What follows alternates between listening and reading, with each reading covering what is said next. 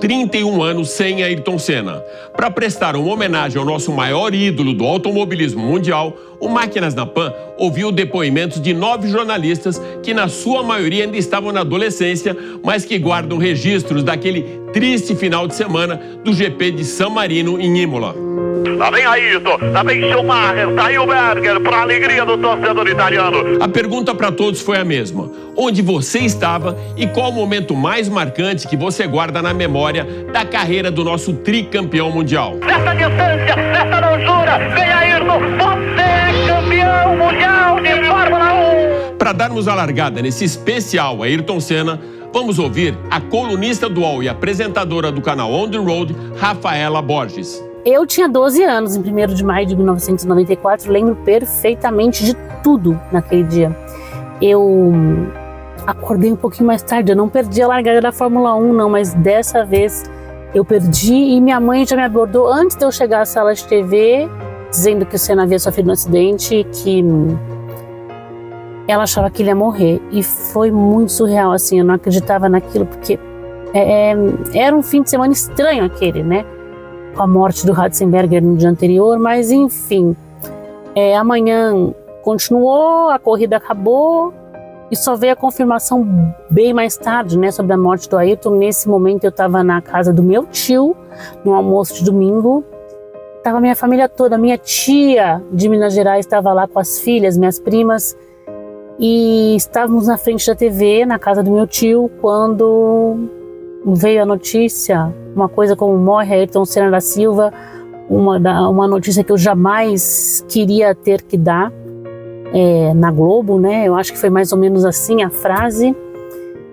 E nossa, foi um luto, né? Aquele luto que a gente guarda pela família mesmo. Acho que muitas famílias do Brasil tiveram isso.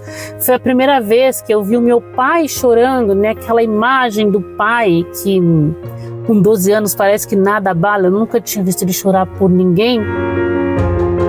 O Ayrton Senna me levou aos automóveis e também despertou, de certa forma, a minha paixão por automóveis, porque assim, vendo ele dirigir, vendo ele naquele esporte a motor ao volante, eu também queria aprender a dirigir. Então eu lembro que eu atormentava a vida do meu pai, porque eu queria que ele me ensinasse a dirigir com 11 anos de idade, imagina.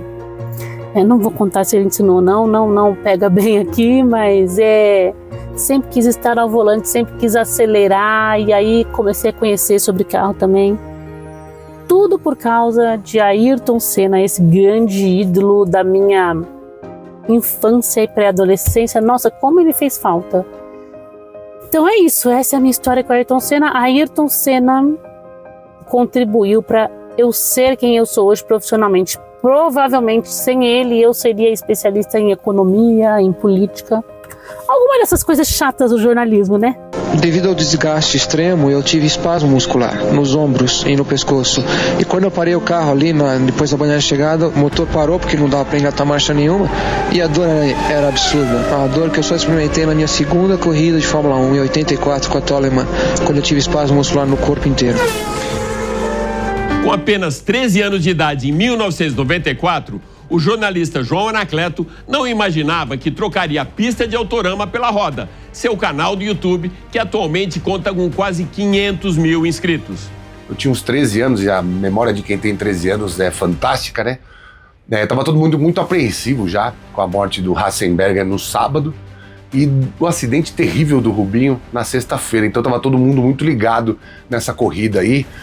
Havia boatos que o Senna tinha falado que não devia correr, depois da morte do Ratzenberger, enfim. Eu me lembro muito bem também que no próprio sábado o Corinthians ganhou do Ituano, acho que foi 4-3 ou 3-2. Marcelinho acabou com o jogo lá no Novelli Júnior em Itu. E eu tava com aquele sentimento, aquela dicotomia, né? Feliz pelo Corinthians, apreensivo pela Fórmula 1. Vale lembrar que na minha infância meu pai me fez torcer pro Piquet, então o Senna não era uma coisa que eu admirava, assim, que acompanhava arduamente, mas a Fórmula 1 sim. E enfim, não ia ser diferente aquele dia. No domingo eu acordei cedo, como toda criança de 13 anos, louca pra sair pra rua antes de a mãe chamar pra almoçar, né? E as crianças antigamente saíam na rua. E eu lembro de ter visto a largada. Acordei, na verdade, tinha acabado de acordar, vi o acidente na largada com o Pedro Lamy. E fiquei assistindo ali, porque, pô, já tinha tido uma morte, um acidente com o brasileiro, e ainda aquele acidente com o Pedro Lamy na largada, e aí veio o acidente do Senna. E aí, curiosamente, ninguém veio me chamar para sair na rua, jogar uma bola, brincar, trocar ideia, empinar um pipa, sei lá. Ficou todo mundo meio apreensivo em casa e eu também. E eu me lembro com pesar e todas as palavras do morre Ayrton Senna da Silva. Se eu não me engano, foi o Léo Batista e o Cabrini confirmou também depois. Foi duro, foi um choque.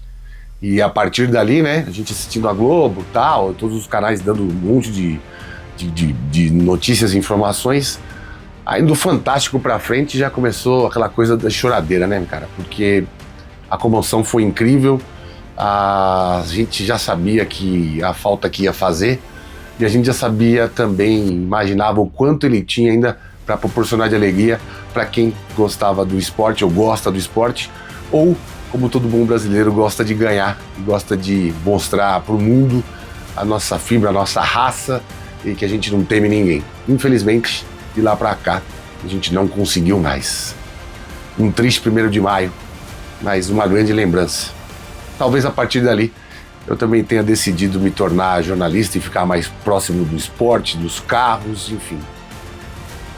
Foi marcante, triste, marcante. No 1º de maio, para lembrar e também para esquecer. Valeu! Parabéns, Ayrton Senna! Você, Ayrton! Você está aí, campeão! Você é campeão, Ayrton! A última volta, campeão!